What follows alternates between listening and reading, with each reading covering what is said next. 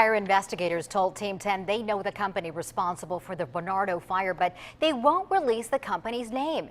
Team 10 Troubleshooter Cristin Severance found out that by law, the agencies must release this information to the public. And Cristin, we know everything else about this fire. I know, there's so many questions that are answered. We know where the Bernardo Fire exactly started. We know from what, a backhoe. But we don't know who is responsible. Investigators do, but they refuse to release the name of the company that was operating the equipment.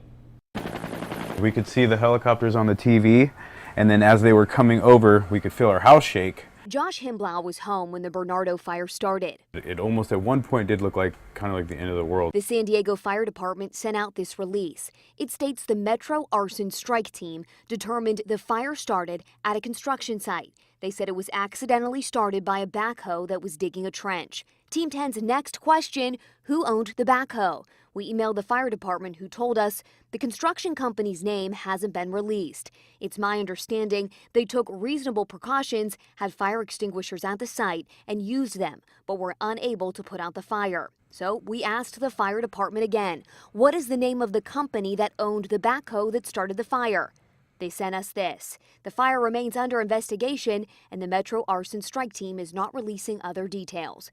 But the release clearly states they conducted an extensive investigation. They know where the fire started, by what, and by whom, but they will not tell us the name of the company. There were almost hundreds of houses lost, and whatever damage was done, and someone needs to be held responsible. Attorney Guylan Cummins said they have to release public information by law. Both under the California Public Records Act and California's Constitution, that kind of information is supposed to be made public. Himblau said it's just the right thing to do. The companies who have the big oil spills in the thing, and those guys have to big huge campaigns and commercials and apologizing and what they're going to do. Like, no, those guys should have to start kissing some butts.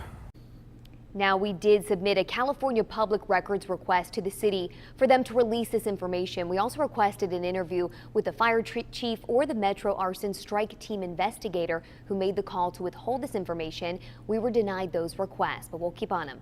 I'm Team 10 Troubleshooter Cristin Severance.